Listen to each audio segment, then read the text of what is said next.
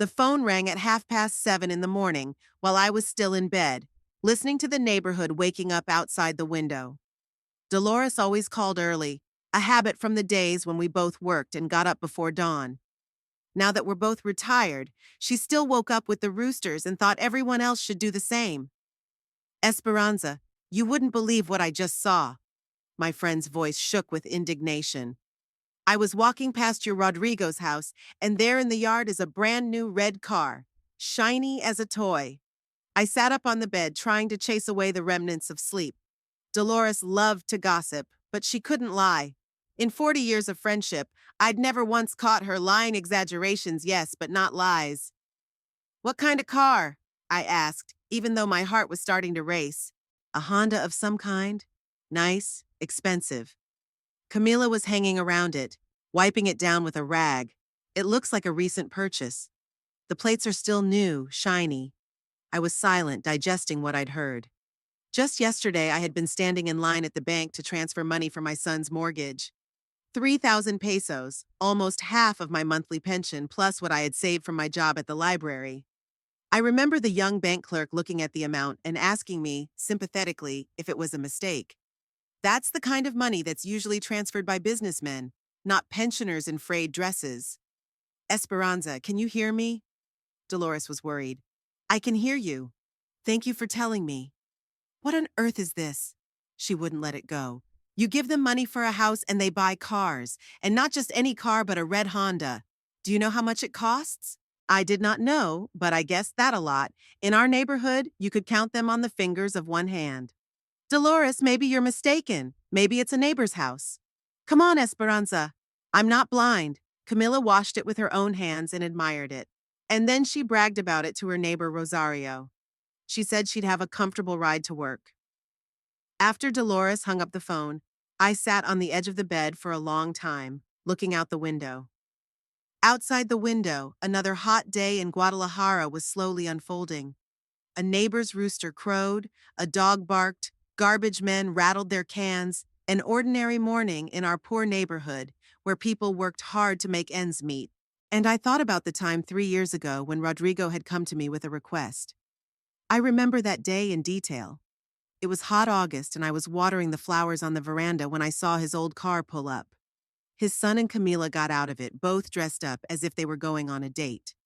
Camila was wearing a new white dress that emphasized her tan, and Rodrigo was wearing the shirt I'd given him for his birthday. Mom, we need to talk, Rodrigo said then, and I knew from his tone that it was about money. It was a tone I'd known since I was a kid, the way he asked me to buy him a bicycle, then a motorcycle, then to help him with his studies. We sat on the veranda and I served them lemonade. Camila was smiling, but I could see the smile was strained. She was nervous, fidgeting with the strap of her purse. Mom, we need help with the down payment on the apartment, he said then, nervously fumbling with his car keys. Camila says renting is a waste of money. A mortgage would be cheaper. Camila nodded and spoke in a sweet voice. This is temporary, Senora Valencia. A year at the most until we get back on our feet. Rodrigo will get a promotion. I'll get a better job. We've already done the math. She pulled a sheet of numbers out of her purse, showed me the calculations. It looked reasonable. Their salaries were enough for a monthly payment, but the down payment was large, 25,000 pesos. We have 15, Rodrigo explained. We're 10 short, 10,000 pesos. It didn't seem like such a big sum at the time. I had my late husband's savings that I was saving for a rainy day. Rodrigo is my only son, my continuation. How could I refuse? All right, I said then, but really for a year, then you can manage on your own. Camilla brightened up, stood up, and even hugged me for the first and last time since we'd met. Thank you, Mommy, she said, and the word Mommy sounded so unnatural it gave me goosebumps. So I said yes. I took out the money I'd been saving to fix the roof. The roof still leaks when it rains, and I put buckets and basins all over the house. Every heavy rain turns my house into an obstacle course. Then 6 months later, they came again. Now they needed help with the monthly payments. Mom, Camilla's paycheck was late, Rodrigo explained. And my bonus was cut. It's temporary, really. So I said yes again. Because I believed in temporary. Because I thought I was helping my son build a future. Rodrigo's promotion never happened. Camilla got a job as a receptionist at a dental clinic. Not a bad job, but not the kind of job that would make you rich right away. And I had to cut back every month to help them with the mortgage. First, I gave up cable TV. Then I started buying the cheapest groceries at the store. Then I got a part-time job at the library mopping the floors and dusting the bookshelves. I got up and went into the kitchen to make coffee. My hands trembled as I poured the ground beans into the pot. A red car, brand new. And yesterday, I was counting change to buy bread. Yesterday at the store, I stood in front of the meat shelf and wondered if I could afford chicken or if I should get eggs. They were cheaper. While the coffee was brewing, I went to the closet where I kept all my documents. I pulled out a folder of bank statements. Here it is, my financial portrait for the last 3 years. Transfers to my son every month, no skips. 3,000 in January, 3,000 in February, and so on. 108,000 pesos in 3 years. More than I spend on myself in 2 years. And here are my expenses for myself. Joint medication once a month, the cheapest. Groceries, strictly by the list, no frills. Clothes. The last time I bought 2 years ago, and that only because the old one was worn out. Entertainment, none. The last time I went to the movies was when my husband was still alive. At 9 in the morning, I dialed the number of the electronics store where Rodrigo worked. The answering machine spoke the hours of operation, then luscious music played. I waited, imagining Rodrigo pulling away from the next customer he was trying to sell a TV or refrigerator to. Hello? Finally, a man's voice answered, but it wasn't Rodrigo. Rodrigo Valencia, please. Just a moment. Music again. I heard voices, laughter, the sound of the cash register. Life went on, people were buying appliances, enjoying their purchases, and I stood in the kitchen with trembling hands, preparing for the conversation I was dreading. Mom, my son sounded surprised. Is something wrong? Dolores saw a new car in your yard, I said without preamble. A pause. A long pause, during which I could hear the music from the sales floor playing in the background, the voices of shoppers, someone's laughter. Mom, I'm at work. Why don't we talk tonight? Rodrigo, I wired the money for your mortgage yesterday, and today I found out you bought a car. That's not exactly true. He kept his voice down, apparently away from the buyers. Camilla needed a car for work. It's hard for her to take the buses, especially when the shifts are late. Did the old car break down? Mom, you know how old my car is. Every week I have to fix something, and Camille needs a reliable means of transportation. I closed my eyes. Rodrigo's old car wasn't exactly brand new, an 8-year-old Nissan with peeling paint and squeaky doors. But it drove well. Their money would have been enough for repairs if they hadn't spent it on the mortgage, which was mostly paid for by me. Son, 3 years ago, you asked for a year's help. It's been 3 years now. Mom, we really appreciate your help. Rodrigo's voice became pleading. But now is not a good time to talk like this. We have so many expenses. Rent, utilities, food, clothes. I have expenses too, I interrupted. The roof is leaking, the water heater is malfunctioning, and I give you all the money. Mom, please don't make a big deal out of it. We are adults. We decide for ourselves what to buy. You decide with my money. Another pause. I could hear Rodrigo breathing heavily, like someone in the background asking about some product. Okay, I'll talk to Camilla. But Mom, please stay out of our business. We already feel awkward enough about you helping us. Awkward? I couldn't believe it. If it's awkward, why don't you say no? Mom, I have to go. The clients are waiting. We'll talk at home. He hung up and I held the phone to my ear for a long time, listening to the beeps. Then I sat down at the kitchen table and stared into a cup of cold coffee. Awkward. Awkward for them to take my money, but not awkward enough to refuse. All day, I walked around the house like a loner. I tried to read, but the lines blurred before my eyes. I turned on the TV. News about politics that didn't concern me. Commercials for products I couldn't afford. I turned it off and went to clean up. The house was already clean, but my hands needed work. Wiping the dust off the photos on the dresser, I stopped at a picture from Rodrigo's wedding. A beautiful couple, he in a black suit, she in a white dress that must have cost as much as my 3-month pension. Camilla seemed like a sweet girl to me then, a little frivolous, but sincere. Rodrigo was glowing with happiness, and I stood next to him in my best dress, bought especially for this day, and was happy for my son. On the same dresser was a stack of utility receipts. I picked up the last one, for electricity. 400 pesos. I used to pay without thinking, but now every receipt made me count and recalculate. 400 pesos is almost an eighth of what I pay them every month. At 3 in the afternoon, the phone rang. I thought it was Dolores again, but the screen showed Rodrigo's number. Mom. His voice sounded guilty. I thought about it and decided that we really needed to talk, not over the phone. Okay, but let's meet at our house. You can look at the car, talk to Camila. She'll explain it better than I can.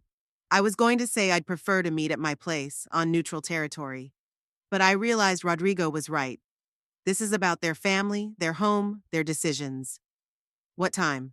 7 o'clock at night. And Mom, try to understand our situation. We didn't mean to upset you. Okay, I repeated, even though I realized that nothing good could come from this situation.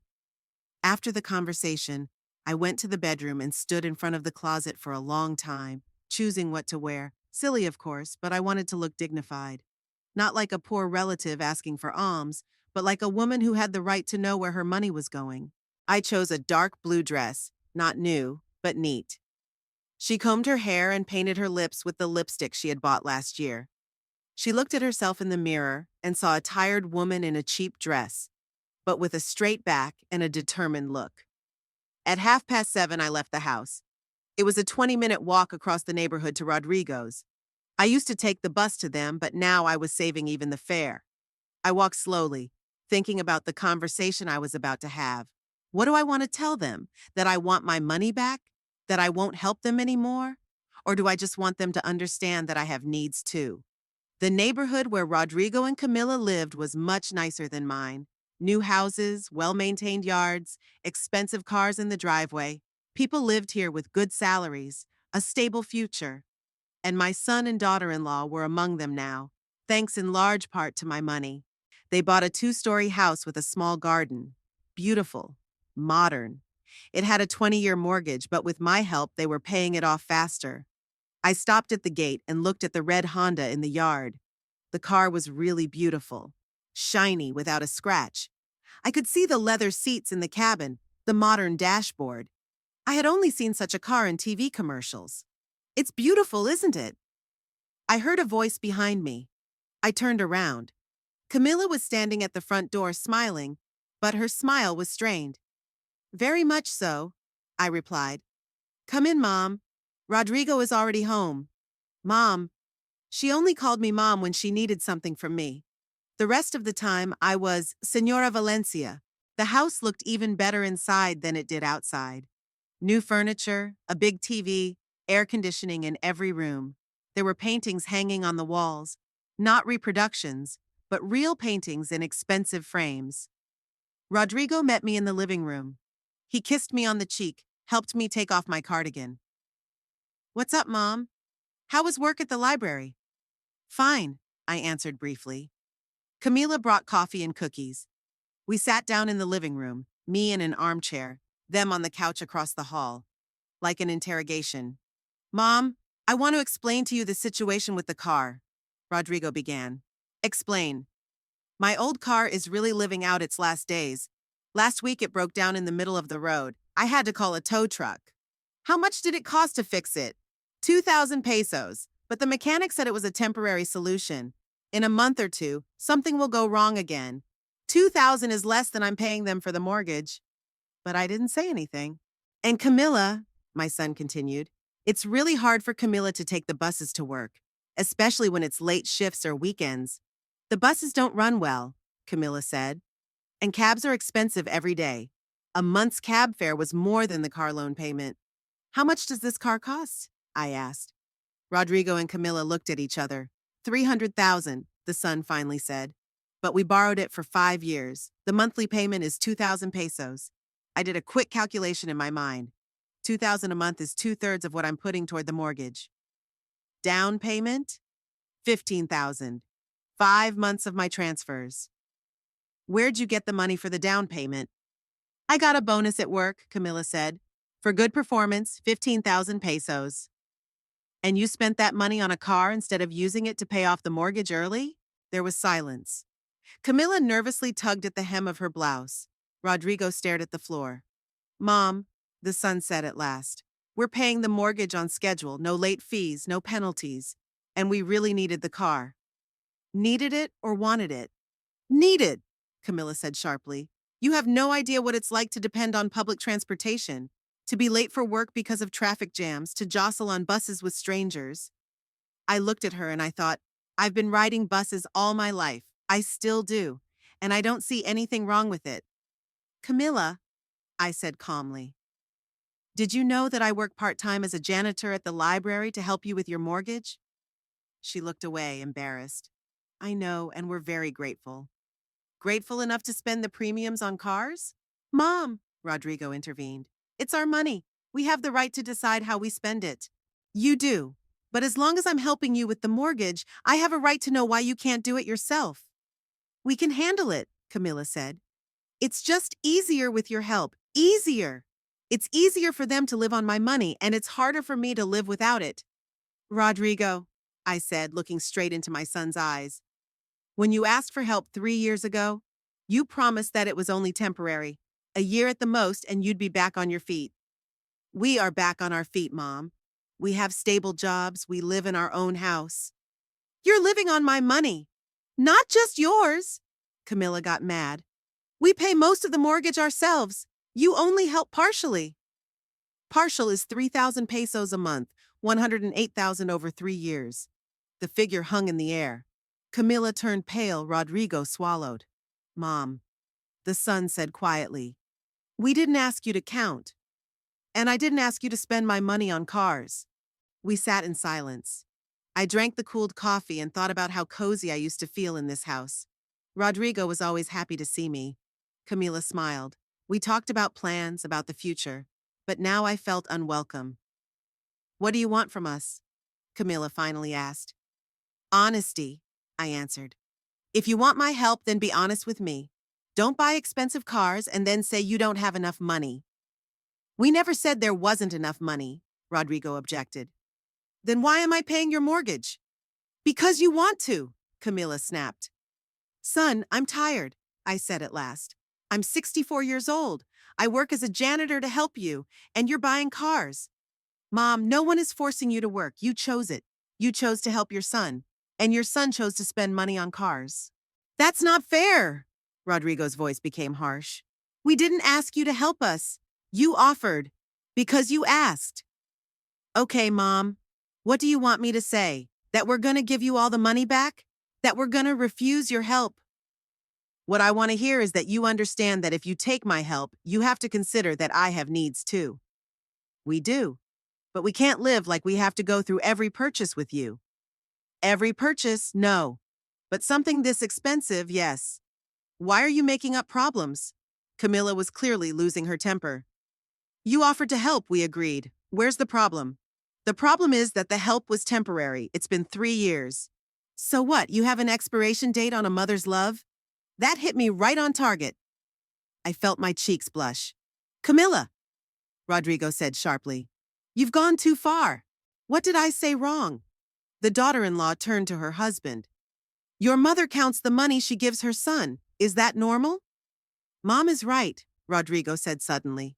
We could really put the bonus towards the mortgage. Camilla looked at him as if he had betrayed her. Are you serious? Taking her side against your wife? I'm not taking sides. I'm just acknowledging that Mom has a right to be concerned. Concern or control? She wants to decide how we live our lives. I don't want to decide your life, I said quietly. I want to understand why I should work on 2 fronts when you can manage on your own. Then don't work, Camilla exploded. No one is forcing you. Camilla, shut up, Rodrigo said tiredly. No, I won't. I'm tired of this pressure. Every month it's the same. Hints, reproaches, control. We are adults. We have the right to live as we want. You want my money? I said. Your money we spend strictly for the intended purpose, for the mortgage. We spend ours as we see fit. I see. I stood up and took my bag. Then I apologized for the inconvenience. Mom, wait, Rodrigo tried to stop me. You don't have to leave. We haven't had a real fight. We haven't? I looked at my sister-in-law, who was red with anger. I think it's all been said. No, not everything, Camila intervened. I want to say one last thing. We are very grateful for your help, but we don't have to account to you for every purchase. Yes, we do, I said. As long as you take my money. Then why don't you stop giving it to me? The question hung in the air. Rodrigo looked at me with pleading eyes, Camila with challenging eyes. Maybe I will, I said at last. I left the house without saying goodbye. I could hear Rodrigo and Camila arguing behind me, but I couldn't make out the words. I didn't want to. She walked home slowly, thinking about what had happened. The first serious fight I'd had in a while. We used to compromise, talk politely, avoid sharp edges, and today it all came out. Dolores called last night. She could tell by my voice that I was upset. What happened? Did you have a fight with your sister-in-law? I told her the whole conversation. Dolores listened, sometimes shrieking with indignation. Ungrateful girl, she said at the end. You give her money and she's got a point. Maybe I'm really interfering too much in their affairs? Meddling? Esperanza, you're paying their mortgage. Of course you have the right to know what they spend the rest of their money on. But Camilla's right. They're adults. Grown-ups don't ask their mom for money for an apartment, and if they do, they should respect her opinion. Dolores was silent for a moment, then added, although, Esperanza, maybe you shouldn't be so hard on yourself. Rodrigo is your only son. Family is more precious than money. I don't know, Dolores. I'm tired of all this. Think it over, and make peace with them, for Rodrigo's sake. After that unpleasant fight, 2 weeks passed. Rodrigo and I hadn't spoken, he hadn't called, and I hadn't dared to dial his number. Pride prevented me from making the first step, although my heart ached from the separation from my son. Every evening I looked at the phone and thought, what if he calls? But the phone was silent. Dolores visited me almost every day, brought me news from the neighborhood, tried to distract me by talking about the neighbors. But I could see that she was also worried about our conflict. Sometimes she would start a sentence with the words, and Rodrigo, and then stop talking, realizing that she had touched on a painful subject. Esperanza, she said one evening when we were sitting on my veranda with tea. Rodrigo's birthday is coming up, on the 25th. I nodded. Of course she remembered. Every year I bought a gift in advance, baked a cake, and came to congratulate him. This year I didn't know what to do. Call him, Dolores suggested, or just show up. It's my son's birthday. What if they don't want to see me? Rodrigo always wants to see you. And Camila? Well, she'll come around. She needs your money. I thought a lot about what my friend said. On the one hand, I wanted to make peace, to forget the quarrel. On the other hand, I couldn't shake Camila's words about me controlling their lives. Maybe I should have backed off, let them live their lives on their own. But then I pictured Rodrigo on his birthday without his mom by his side, and my heart ached. No, I can't do that to my son. Whatever my differences with my daughter-in-law, Rodrigo is still my child. 3 days before his birthday, I went downtown to the jewelry store. I had known for a long time what I wanted to give my son. 6 months ago, when we were still talking normally, he showed me a beautiful man's watch in the window. Look, Mom, what beauty, he said then, stopping in front of the showcase. Swiss, self-winding, every man's dream. I remembered the make and model. The watch cost 8,000 pesos, a lot of money for me, but I never spared money for my son. I'd rather eat pasta for a month but give him what he wants. In the store, the salesman, a young guy in a strict suit, talked for a long time about the advantages of this model. Swiss movement, sapphire crystal, water resistance, 2-year warranty. I listened half-heartedly, thinking about the fact that for 8,000 pesos I had to save up for 4 months. A gift? The salesman asked, wrapping the watch in a beautiful box. Yes, for my son's birthday. Lucky your son. Such watches are worn for decades. On the way home, I carried the box like a jewel. 8,000 pesos in my bag, almost 3 months of Rodrigo's mortgage payments. But it was a gift for his son, and no money is spared for children. On the 25th, I woke up early and spent a long time choosing what to wear. I wanted to look dignified but not provocative. I decided on a dark blue dress, the same one I'd worn to their wedding. Not new, but elegant. I did her hair and makeup. I looked in the mirror and saw a woman preparing for an important meeting. At 6 p.m., I was already at Rodrigo's house. There were 3 cars in the yard: Camila's red Honda, Rodrigo's old car, and some other unfamiliar car. So the guests had already gathered.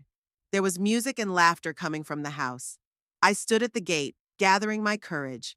In my hands, a heavy box with a watch. In my heart, excitement and hope for reconciliation.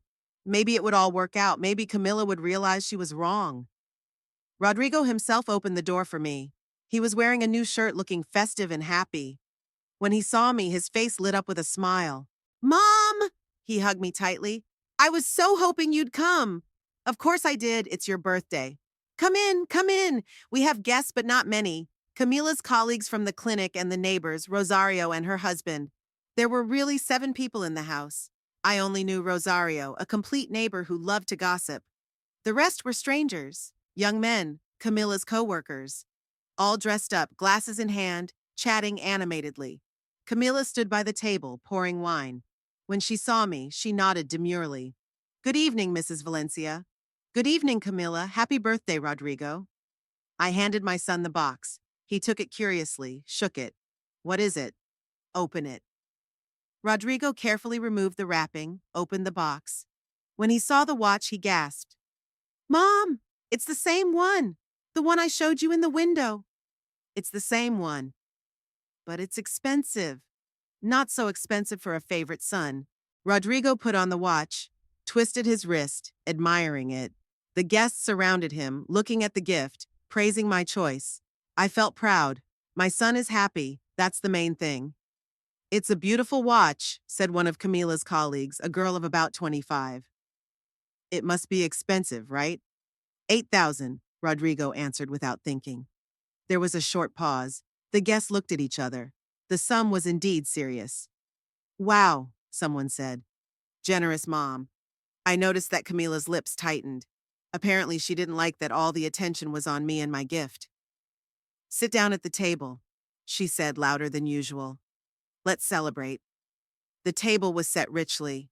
Appetizers, hot food, expensive wine. I sat in the corner trying not to attract attention. I just wanted to be near my son on his holiday, to be happy for him. The conversation at the table was about work, vacation plans, new movies.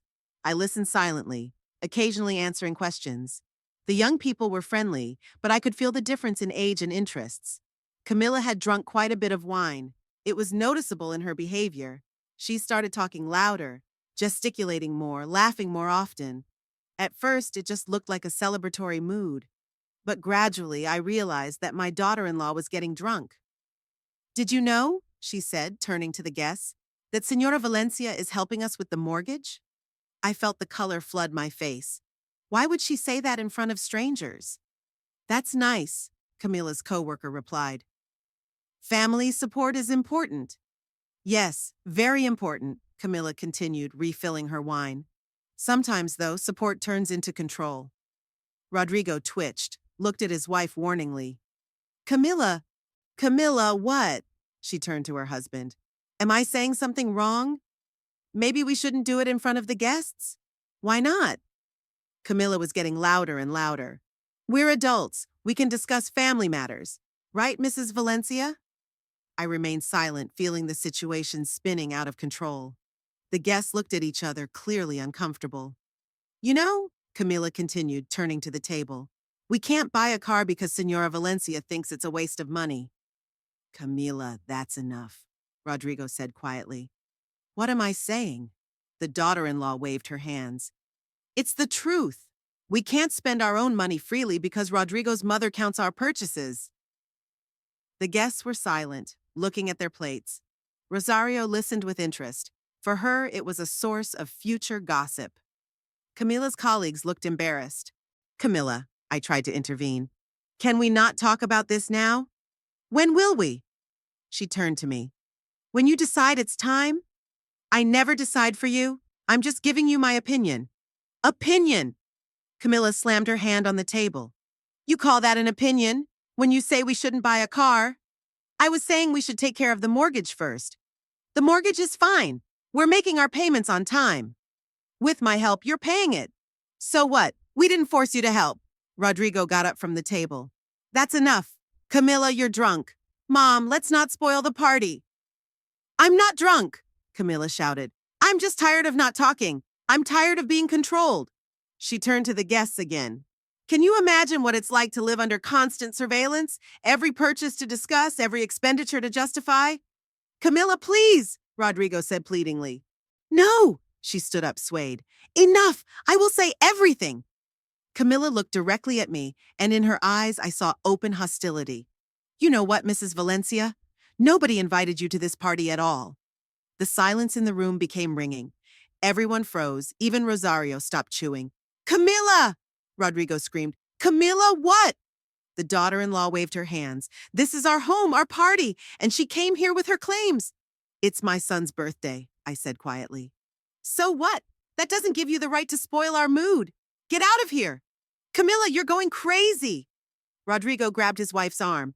It's my mother, your mother who counts our money. Camilla ripped her arm out. Who meddles in our affairs? Let her go home and count her pennies. I slowly got up from the table. My hands were shaking, but I forced myself to keep my dignity. Rodrigo, I said, I wish you a happy birthday. Wear your watch to your heart's content. Mom, don't go. My son looked confused. Camilla didn't mean that. Exactly what she wanted to say, shouted the daughter-in-law. Let her go. I've had enough of your moralizing. I took my bag and headed for the exit. The guests were sitting like stupids, not knowing where to go. Rodrigo followed me. Mom, wait, she's had too much to drink. She doesn't know what she's saying. She does, I said, putting on my cardigan. She just didn't say anything before. Don't mind her. Tomorrow she'll sober up and apologize. No need to apologize, Rodrigo. It's clear. I opened the door. Behind me, I heard Camilla continue to shout something to the guests and the clattering of dishes. Mom, don't jump to conclusions, Rodrigo asked. Give us time to figure it out. How much time does it take to realize a simple thing? Either your family needs me or they don't. Today I got my answer. You are needed, of course I do. Camilla doesn't. And you live with her. I went out into the courtyard. Rodrigo stood on the threshold, hesitant to follow me. There were voices coming from the house. The guests were probably trying to calm Camilla down. Mom! My son shouted after me. I didn't turn around. I walked away from their house, from their happy life, from their problems. My soul was empty and heavy. But somewhere deep inside, there was a strange sense of relief. At last, everything was said straight, without ambiguities and polite smiles. All night after that humiliating birthday party, I didn't sleep. I lay in bed, staring at the ceiling, and replayed every word Camilla had said in my head. No one invited you to this party at all. That phrase rang in my ears like a broken record. Every time I closed my eyes, I saw my sister-in-law's face contorted with anger and alcohol, heard the whispers of embarrassed guests. I saw the confused face of Rodrigo, who never stood up for his mother. By morning, I had made a decision, or rather, the decision ripened on its own, like a fruit that had been hanging on a branch for a long time and finally fell. I can't take this attitude anymore. Enough. For 3 years, I sacrificed myself for their well-being. 3 years I saved on everything so that they could live in a beautiful house. And what did I get in return? Public humiliation at my own son's birthday party. Dolores called at 7 in the morning. My friend was always up early, and I knew I wouldn't wake her. In our 40 years of friendship, we were used to calling each other whenever we needed support. Esperanza? How's it going? How was last night? Bad, Dolores. Very bad. What happened? Tell me everything in order. I did, slowly, in detail, without leaving out details. About how happy Rodrigo was about the 8,000 peso watch, money I'd been saving for 4 months. About how Camilla had started drinking and was becoming more and more licentious. Her words in front of the guests when she told everyone about our family problems. The final insult that sounded like a slap in the face. Dolores listened, occasionally shrieking with indignation. I knew my friend was as worried about me as I was. She had no children, but she was always involved in my maternal joys and sorrows. Oh my God, she said when I was done. What insolence! To kick you out in front of the guests and on your son's birthday. Not just kicked out, humiliate you in front of strangers, to show everyone that I'm not wanted here. What about Rodrigo? Didn't say a word? He tried to stop her, but he didn't do much. He didn't want to spoil his relationship with his wife because of her mother. For him, his wife's holiday mood was more important than the dignity of his mother. Coward, Dolores said sharply. A real man wouldn't let his wife talk to his mother like that. My late Pedro, I remember, once a neighbor spoke disrespectfully to me, and he put her in her place immediately. He loves her, Dolores. She's his priority. And you're not in charge? You gave birth to him. You raised him. You raised him alone after your husband died, and now you're giving him money. Who, if not a mother, should be in charge of her son's life? Apparently, that's not enough to earn respect. Apparently, love for his wife outweighs gratitude for his mother. Dolores was silent, digesting what she had heard. I could hear her breathing heavily. Her friend was very worried about me. What do you think you're going to do now? Stop helping them with the mortgage. That's right. My friend was immediately supportive. Stop feeding them. Let them make it on their own. Let them feel what it's like to live without other people's money. But I'm scared, Dolores. Rodrigo is my only son. If I do this, he might turn his back on me. I'll be all alone in my old age. And now he hasn't turned away? You let your wife insult you. You sat there silently when she kicked you out. It's better to live without your money, but with a conscience. And if he has no conscience, then you can't go near him. But I think he has a conscience. It's just his wife's got him brainwashed into thinking his mother's a nuisance. After talking to Dolores, I've calmed down a bit. It's good to have someone who understands and supports you. At our age, friends become family, sometimes even closer than our own children. But I still had to make the decision myself. All day long, I walked around the house like a loner. I tried to read. I couldn't read. The lines blurred before my eyes. I turned on the TV. I couldn't watch. Everything seemed unimportant and alien. I tried to do housework, but my hands shook and I dropped the dishes. My thoughts kept returning to last night, to Camila's words, to my son's silence. By evening, it was clear that something had to be done. Either to call Rodrigo and make peace, forgetting about his own dignity, or to act radically. There was no golden mean. You couldn't maintain both self-respect and the status quo at the same time. I pulled a folder of bank documents out of the closet. There it was, the automatic funds transfer agreement, the document that had defined my life for 3 years. Every 15th day of the month, the bank deducted 3,000 pesos from my account and transferred it to Rodrigo's account to pay off the mortgage. 3 years in a row, without a single missed payment, even when I myself barely had enough money for food. 108,000 pesos in 3 years. I did the math again to make sure.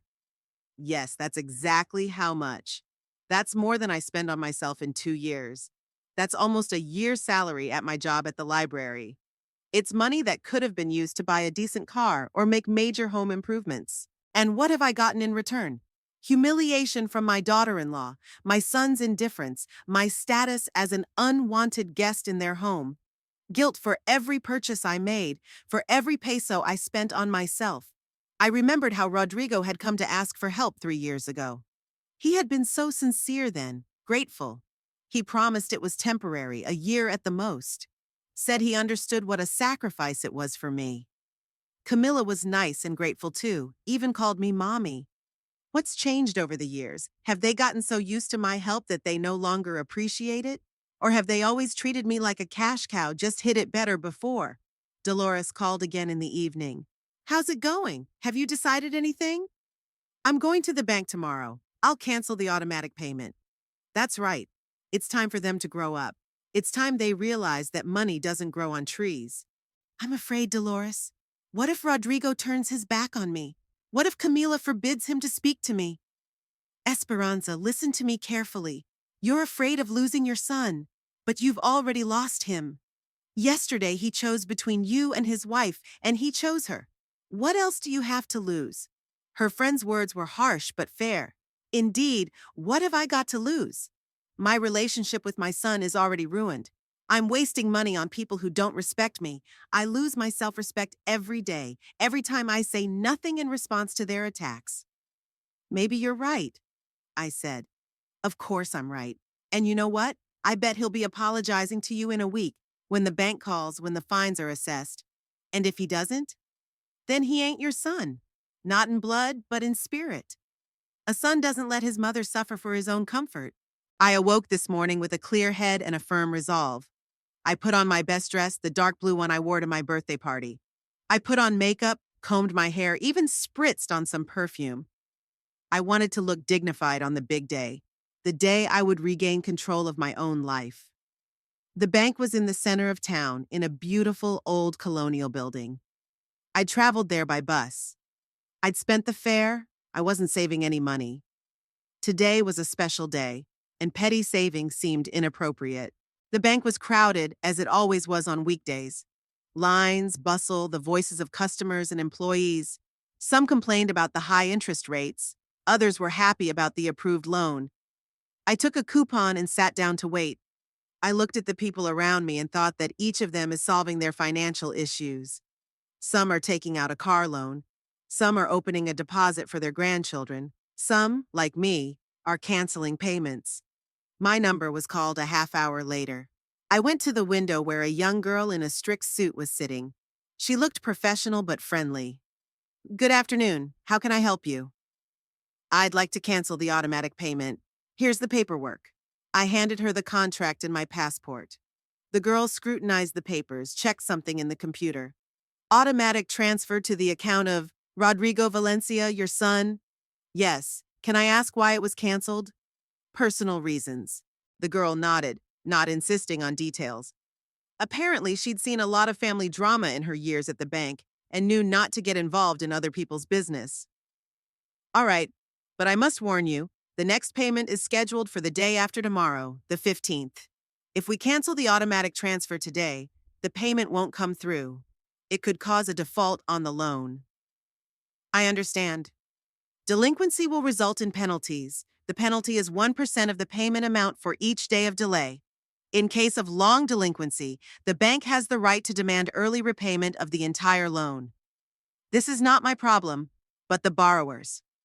"All right, but I must warn you of all the consequences. Are you sure about your decision?" I looked at the girl. Young, probably about 25 years old. She probably has parents who are helping her too. I wonder how she would treat them if they asked for an accounting of the spending. Would she respect their sacrifices or take them for granted? I'm pretty sure she would. It's my final decision.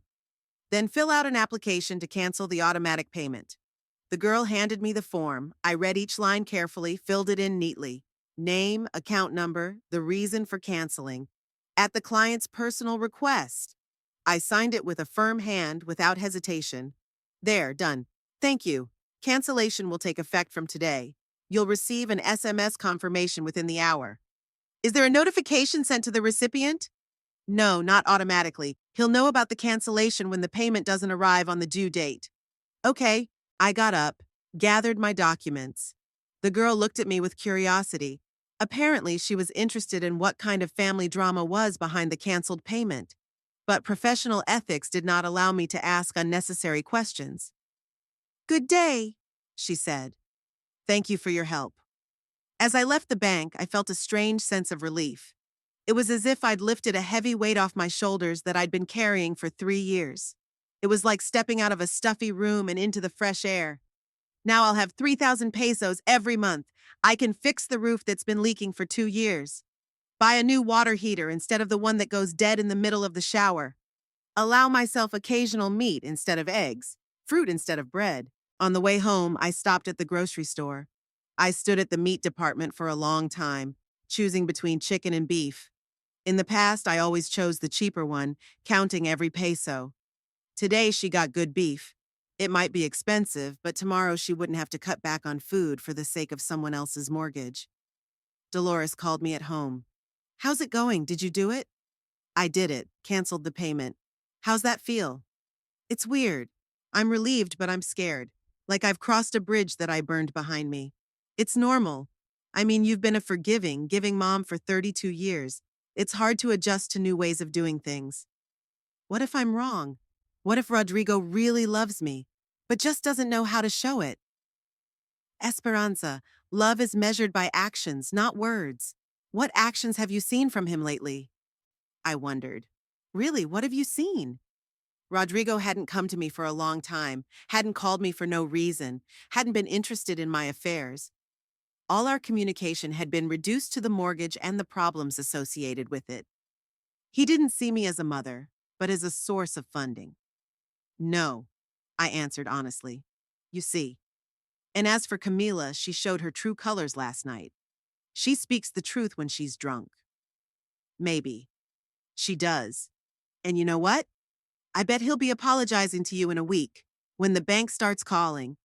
That night I cooked a nice beef dinner, opened a bottle of wine I'd been saving for a special occasion. I sat on the veranda, eating dinner and thinking about the future, how I would live now that I was free of financial burdens, that I would be able to afford the little pleasures I'd deprived myself of for the sake of the children. I wondered how long it would be before Rodrigo realized the payment hadn't been received. And what will he do? Call me with questions? Come to confront me? Or would he find the money somewhere else before he realized what he'd lost? One thing I knew for sure: I wouldn't let him humiliate me again. Yesterday's birthday was the last straw. If Rodrigo wants to repair the relationship, he should apologize. Not just his own, but his wife's. The week passed in silence. Every day I woke up thinking that somewhere in another part of town my son was living his life, unaware that his financial well-being hung in the balance. The 15th day passed without an automatic payment, but the phone was silent. Apparently, Rodrigo didn't know about the delinquency yet.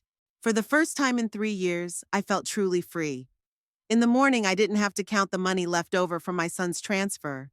I didn't have to deny myself meat for their mortgage. I didn't have to spend every peso with an eye on someone else's needs. On Monday, I bought paint and repainted the kitchen.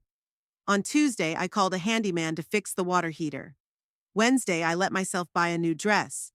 Each day brought little joys that I was depriving myself of for the sake of my son and his wife. Dolores stopped by every day with news from the neighborhood. Rosario says there were some people walking in their yard, a friend told me on Thursday. Suits, files, she thinks they were from the bank. It's still early. Usually banks call first and then send representatives. Maybe it's about a car loan. They have 2 loans. Maybe there's trouble on several sides at once. But that's not my concern. On Friday, exactly 1 week after the payment was canceled, I sat on my porch with a cup of coffee and read the newspaper. The day was sunny, warm. Birds were singing in the garden, children were playing somewhere. A peaceful picture that contrasted with the anxiety in my soul. About 11 o'clock in the morning, I heard the familiar roar of an engine. I raised my head and saw Camila's red Honda, which braked sharply at my gate, raising a cloud of dust. My heart jumped. It was payback time. Rodrigo and Camila jumped out of the car. Both of them had grim faces. Rodrigo looked as if he'd been up all night. A wrinkled shirt, disheveled hair, tired red eyes. Camila was dressed impeccably but moved sharply and nervously. She walked ahead, and even from a distance, it was obvious she was furious. I remained seated on the veranda, still reading the newspaper. Let them come if they have anything to say. "Mother, we must talk at once!" Rodrigo called out to me as he approached the veranda. My voice trembled with excitement. Something terrible has happened, and we don't know what to do. Yes, I answered calmly, not taking my eyes off the newspaper. The bank called last night, he began, obviously struggling to choose his words. It turns out that the mortgage payment didn't arrive on the 15th. It was late, and they had already assessed a penalty. At first, we thought it was a technical error, a glitch in the system, but then it turned out it wasn't a mistake. I finished for him. "You know about this?" Camila intervened, climbing up on the veranda. "And you didn't tell us? We've been living on a powder keg for a week, not knowing what's going on." I finally raised my eyes from the newspaper and looked at my sister-in-law. She was in an expensive suit with impeccable hair and makeup, but her eyes were burning with such anger that all the beauty had disappeared. "Why did I have to tell you anything? You're independent adults. You'll figure it out for yourselves." "What do you mean, why?" Camila's voice was getting higher and higher. 3 years in a row, payments were coming in regularly, like clockwork, and suddenly, out of the blue, everything stops. We had a right to know what was going on. We planned the budget, counted on this money. "We had a right," I agreed. "But I didn't have to notify you of my financial decisions." "Mom, let's not play these games," Rodrigo interjected, trying to sound peaceful. "We understand that you are upset about what happened at my birthday party." Camila has already regretted 100 times what she said. Haven't you, dear? Of course I regret it, Camilla said quickly, but there wasn't an ounce of sincerity in her voice. I was completely out of it. I had too much to drink. I didn't know what I was saying. You know what it's like on holidays? Everyone is having fun, relaxing. I understand, I nodded. Alcohol loosens your tongue and helps you say what you really think. No, it doesn't. Camilla waved her hands. I didn't think what I said at all. They were just stupid drunken words that had nothing to do with reality. Maybe, but it doesn't matter now. What doesn't matter? She doesn't understand. Of course it matters. We have to sort out this misunderstanding and move on as a normal family. Who said we were a family? There was a long pause. Rodrigo and Camilla looked at each other, not understanding where I was going with this. Mom, what do you mean? My son asked cautiously. Of course we're family. You are my mother. Camilla is your daughter-in-law. We are related by blood.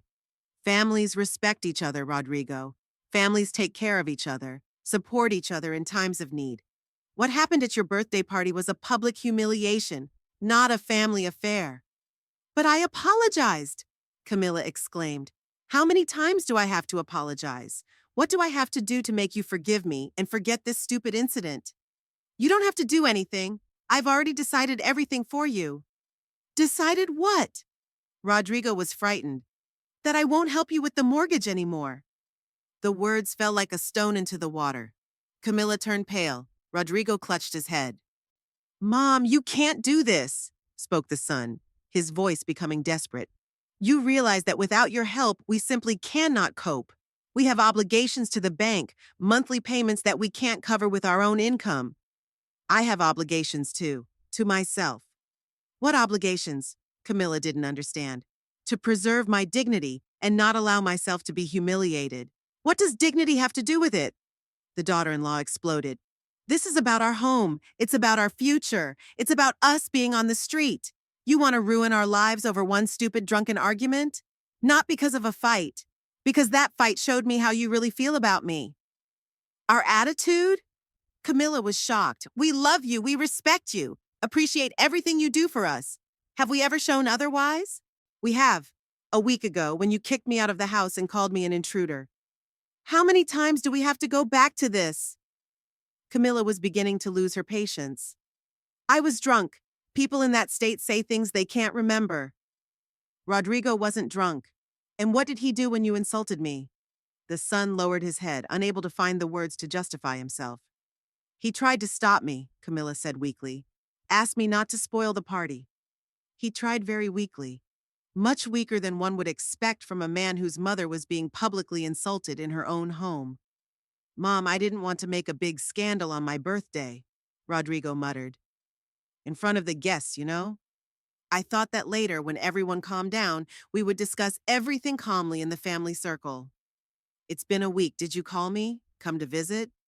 Did you try to talk to me or even apologize? I thought I'd give you some time to cool off, let your emotions settle. Cooled down and made a final decision. What decision? Camilla's voice was becoming hysterical. You can't just abandon us in our time of need. We've been counting on your support for 3 years, making plans, hoping for your help. That's right, counting on you, like a bank machine. You put in your card, you get the money, you don't thank anyone. It's not fair, Camilla screamed. We never treated you like an ATM. We have always been grateful for your help, always appreciated your sacrifices. Gratitude and respect are not measured by words, but by actions. What actions? What were we supposed to do that we didn't do? Respect me. Respect my opinion. Not spend money on expensive cars and TVs when you ask for help with basic payments. It was that damn car again. Camilla was ready to tear up. How many times do I have to explain? It's vital to my job. Without reliable transportation, I won't be able to perform my duties properly. And without a stable job, we won't be able to pay anything at all. Then sell this vital car and pay off your mortgage. What car? We've just explained that it's absolutely vital to our survival. So the car is more important than your relationship with your husband's mother. What does that have to do with the relationship? Camilla was running around the veranda like a hunted animal. This is a purely practical question. It's a question of our basic survival. Without a car, I'll lose my job. Without a job, we won't be able to pay for the house. We'll lose the roof over our heads. Can you survive without my money? No! That's why we're asking you not to abandon us at this critical moment. You don't ask, you demand. You're asking for it. All right, we do. Camilla was ready for anything. We beg you, help us again. Give us a chance to make things right, and we swear we'll never make the same mistakes again. What exactly will you fix? Everything. I will treat you with the utmost respect. I will never allow myself harsh words or inappropriate remarks. And Rodrigo will fix what? Yeah, I'll be better at protecting you, the son said uncertainly. If Camilla loses her temper again or says something inappropriate, I'll stop her immediately. I won't let her hurt you. It's too late for corrections and promises. Why is it too late? Camilla asked desperately. All people make mistakes. There must be a chance to correct them and start from scratch. There was, a week ago, right after the incident at the birthday party. But back then, emotions were running high. Everyone was upset. What was to stop you from calming down and apologizing the next day, or the day after, or at any point during that week? Camilla opened her mouth but said nothing. Indeed, an entire week had passed in complete silence. Do you know what I think? I continued. You wouldn't have remembered me and that incident if the bank hadn't called about the overdue payment. You would have lived peacefully and been happy that the annoying old woman no longer interferes in your affairs with questions and claims. That's not true at all, Rodrigo exclaimed. I thought about you every day, worried about our conflict. Thought, but did not call. I was worried, but I didn't apologize. I didn't know what to say, how to approach the subject. What's so hard, Rodrigo? Pick up the phone and say, Mom, I'm sorry I let my wife insult you. Do you need a lot of words? Mom, stop torturing us. Camilla couldn't take it anymore. Stop lecturing us. We realized that we were wrong, admitted our mistakes. What else do you need to forgive us? Nothing, because there will be no forgiveness. That's cruel, Camilla shouted. You're our mother! I'm only Rodrigo's mother, and who you are to me I'm beginning to forget. I'm your daughter-in-law, the wife of your only son. Camilla came right up to me. Her eyes burned with despair and anger. Listen to me very carefully, she said quietly, but with menace in her voice. If you leave us now, we will lose our home. Do you understand? The bank will take the roof over our heads. Not us, you. Okay, us. But you've invested your money in this house for 3 years. Don't you feel bad about losing all that money? I am, but not so bad that I can't take any more rudeness and disrespect. What rudeness? Camilla shrieked. One miserable drunken brawl. The rudeness didn't start at the birthday party. It had been building up for 3 years. I stood up, about to enter the house. Where are you going? Camilla shouted at me. We haven't talked about everything yet. We had already said everything we needed to say to each other. No! Camilla grabbed my arm. You have no right to leave us. Do you understand? You have no moral right. Why not? Because you're a mother. Mothers don't abandon their children when they're in trouble. Children don't insult their mothers in front of strangers. How many times do I have to apologize for one stupid thing? Camilla was on the verge of a nervous breakdown. What do you want me to do? To crawl on my knees in front of you and apologize? I want you to leave me alone and never appear in my house again. After saying that, Camilla stormed out of the house. I followed her, Rodrigo trailing behind, muttering to himself. In the living room, Camilla stopped in the middle of the room, looking around with wild eyes. You know what? She said, pointing with a trembling hand to a shelf of dishes. You save all kinds of old junk that nobody needs, and you don't want to help living people. These stupid cups and plates are worth more to you than your own family. On the shelf was my porcelain set, the only really expensive and beautiful thing in the house. A gift from my late husband for our 20th wedding anniversary. Fine Chinese porcelain with a gold border, 12 pieces. I used to cherish it like the apple of my eye, only taking it out on the biggest occasions. Don't you dare touch my things, I said quietly but firmly. Why, are you afraid for your jewelry? Camilla picked up one of the cups and raised it high above her head. Afraid that your favorite china will break? And the fact that our lives are being shattered doesn't bother you at all? Put the cup back and get out of my house immediately. I won't! Camilla's eyes were burning with a kind of madness. You want me to put it back neatly? Then promise me you'll go to the bank tomorrow and resume payments. Camilla, don't do anything stupid, Rodrigo pleaded, but his voice sounded unconvincing. Don't do what? The daughter-in-law turned to her husband. Your precious mommy is ready to destroy our family for the sake of some old cups, and you stand by and do nothing as usual. I'm trying to find a compromise to resolve things peacefully. Peacefully? Camilla came back to me with a cup in her hand. You want to settle this peacefully? Then make a clear promise that you'll help us with the money. I won't. Then I won't promise you anything either. Camilla took a swing and threw the cup to the floor. Does it hurt to see your jewelry shatter? The thin porcelain shattered into tiny shards.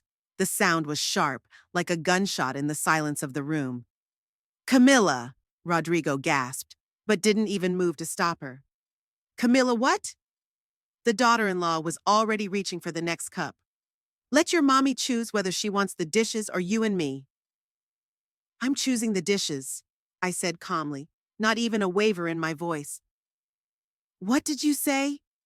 Camilla couldn't believe her ears. I said I'm picking out the dishes. At least she doesn't demand money from me or insult me in my own home. You've completely lost your mind, Camilla yelled, and threw the second cup with even more force. The sound of shattering porcelain echoed in my heart, but I didn't let myself show emotion. Another one! Camilla was holding a third cup. You want me to stop? Then go to the bank immediately and restore the payments. I won't. Then this one will fly too. The third cup hit the floor, then the fourth, the fifth, the sixth. I stood still and watched as the last memory of my husband was destroyed, as the only beautiful thing in my house disappeared. And with each broken cup, I realized more and more clearly that I was doing the right thing. People capable of such cruelty don't deserve my help. Enough, Rodrigo finally shouted and grabbed his wife by the arm. You've gone completely mad. This is the memory of my father. Let me go, Camilla lashed out violently. Let your precious mother understand what real loss is. Let her feel what it's like to lose what's most precious to her. She already has, Rodrigo said quietly, looking at the shards. Mom, forgive us. Forgive me for not being able to stop her sooner. It's too late to apologize, son. It's too late. Why is it too late? He asked desperately. I would kneel before you. I would do anything to get your help back. Without you, we'll be lost. You know what strikes me most about this situation? I said as I continued to stare at the broken cups. You'd do anything for my money, but you wouldn't do anything to protect your own mother. Mom, I don't understand. When your wife insulted me at my birthday party, you didn't say a word. When she didn't apologize for a week, you didn't say a word. And now when it comes to money, you're on your knees. You see the difference? Mom, I really didn't know what to do then. Do you know what to do now, when your wife breaks your father's memory? Mom, listen to me carefully. I know what Camilla did was awful. I understand that you have every right to be angry with us. But are you really ready to end your relationship with your only son forever? I am, more than ready. You know what? She said, coming to a stop next to me. You're gonna regret this decision. When you're all alone, when no one wants you, you'll remember what I said. I'm already alone, and I like it better than being surrounded by ungrateful people. You're lying. You'll be lonely and dreary. I was lonely with you. It'll be peaceful without you. That's not true. We'll see. They slowly left the house and walked to the car. Camilla with her head held high, pretending that she was the one who had kicked me out. Rodrigo was slumped, turning around every now and then, hoping to see a bit of doubt in my eyes. He stopped at the car and turned around one last time. Mom, what if we tried to start over? What if I came to see you in a month and we talked about everything? Don't come. A month from now, a year from now, 10 years from now, don't come. You don't exist for me anymore. But I'll be your son forever. You can't change that. Biologically, yes. But emotionally, you died for me today, along with this set. He got in the car and they drove off. The red Honda went around the corner and I was alone. I went back into the house and looked at the shards on the floor. 25 years of family history turned into a pile of broken china. But the strange thing was, I didn't cry. On the contrary, I felt strangely relieved.